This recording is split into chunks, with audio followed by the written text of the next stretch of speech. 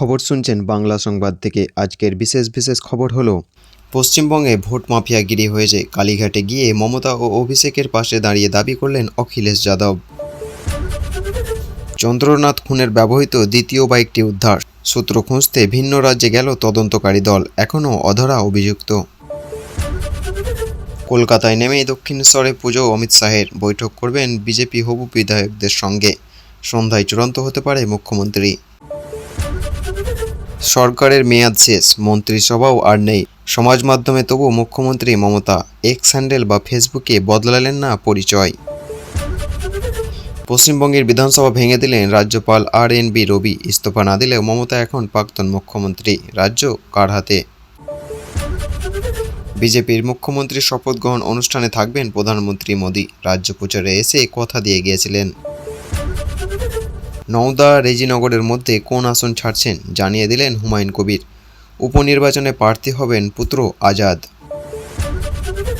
বিজয়ের একটি ছোট্ট ভুলই তামিলনাড়ুতে সরকার গঠনকে জটিল করে দিল। এবারে নতুন হোয়াটসঅ্যাপে বিতর্কে টিভিকে। অবৈধ ভারতবাসীদের ফেরত পাঠানোই ভারতের নীতি। রাজ্যের বিজেপি জেতার পর বাংলাদেশের মন্ত্রীকে জবাব দিল্লির।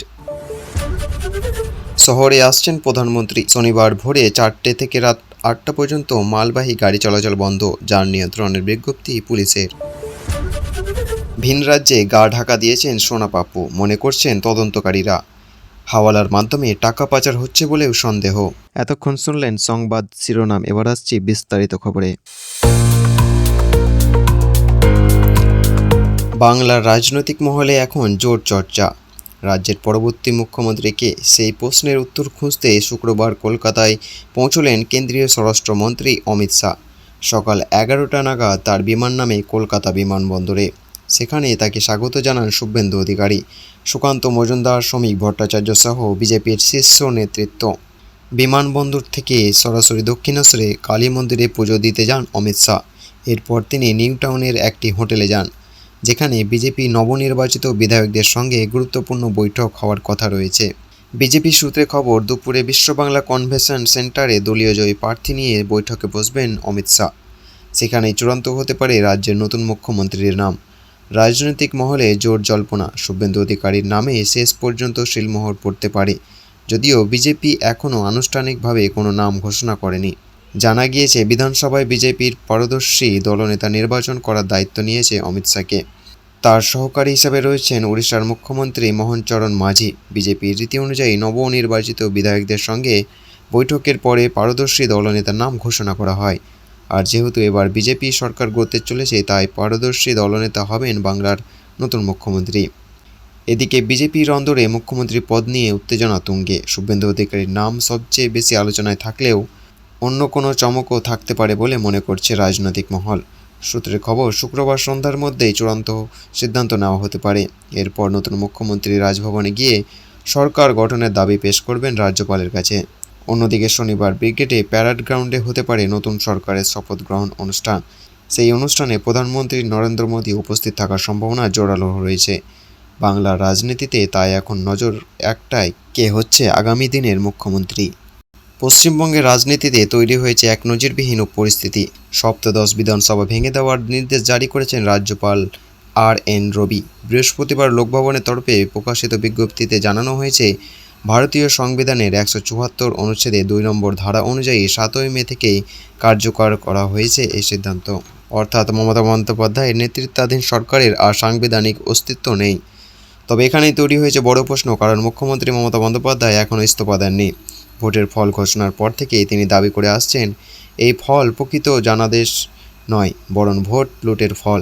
সেই কারণেই তিনি স্পষ্ট জানিয়েছিলেন, আমি কেন ইস্তফা দেব, আমরা তো হারিনি। এমনকি রাজ্যপাল চাইলে তাকে বরখাস্ত করতে পারেন বলেও চ্যালেঞ্জ ছুড়ে দিয়েছিলেন তিনি।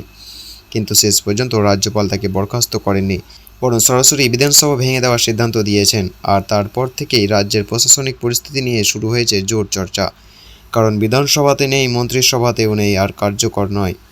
অথচ নতুন সরকার এখনও শপথ নেয়নি। তাহলে এখন রাজ্যের শাসনভার কার হাতে?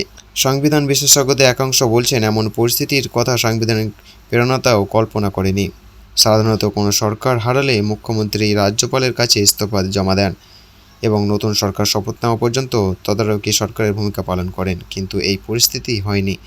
ফলে বৃহস্পতিবার রাত থেকে শনিবার পর্যন্ত কার্যত রাজ্যপালের হাতেই প্রশাসনিক ক্ষমতা থাকতে পারে বলে মনে করছেন বিশেষজ্ঞরা। এদিকে বিজেপি সরকার গঠনের প্রস্তুতি শুরু করে দিয়েছে। শুক্রবার কলকাতায় পৌঁছে কেন্দ্রীয় স্বরাষ্ট্রমন্ত্রী অমিত শাহ বিমানবন্দর থেকে সরাসরি দক্ষিণেশ্বরে মন্দিরে পুজো দিতে যান। এরপর বিজেপি নবনির্বাচিত বিধায়কদের সঙ্গে গুরুত্বপূর্ণ বৈঠকে বসার কথা রয়েছে তার। সেই বৈঠকে চূড়ান্ত হতে পারে বাংলার পরবর্তী মুখ্যমন্ত্রীর নাম। মুর্শিদাবাদের হুমায়ুন কবির বিধানসভা নির্বাচনে নওদা ও রেজিনগর 2 আসনে জয় পেয়েছেন। নওদায় তিনি তৃণমূলের শাহিনা মমতাজকে প্রায় 28,000 ভোটে এবং রেজিনগরে আতাউর রহমানকে 59,000 ভোটে হারান। ফল প্রকাশের আগেই তিনি 2 কেন্দ্রে জয়ের দাবি করেছিলেন। বৃহস্পতিবার রেজিনগরের এক কর্মী সভা থেকে হুমায়ুন ঘোষণা করেন তিনি নওদা আসনটি নিজের কাছেই রাখবেন এবং রেজিনগর আসনটি ছেড়ে দেবেন। ওই আসনে উপনির্বাচনে প্রার্থী হবেন তার ছেলে গোলাম নবী আজাদ। সভায় হুমায়ুন বলেন, রেজিনগর উন্নয়নের দায়িত্ব তার ছেলের আজাদের সামলাবে। এই সিদ্ধান্তের মাধ্যমে রেজিনগরকে নিজের রাজনৈতিক ঘাঁটি হিসেবে ধরে রাখতে চাইছে হুমায়ুন। এখন দেখার উপনির্বাচনে আজাদ বারবার জয়ের ধারা বজায় রাখতে পারবে কিনা।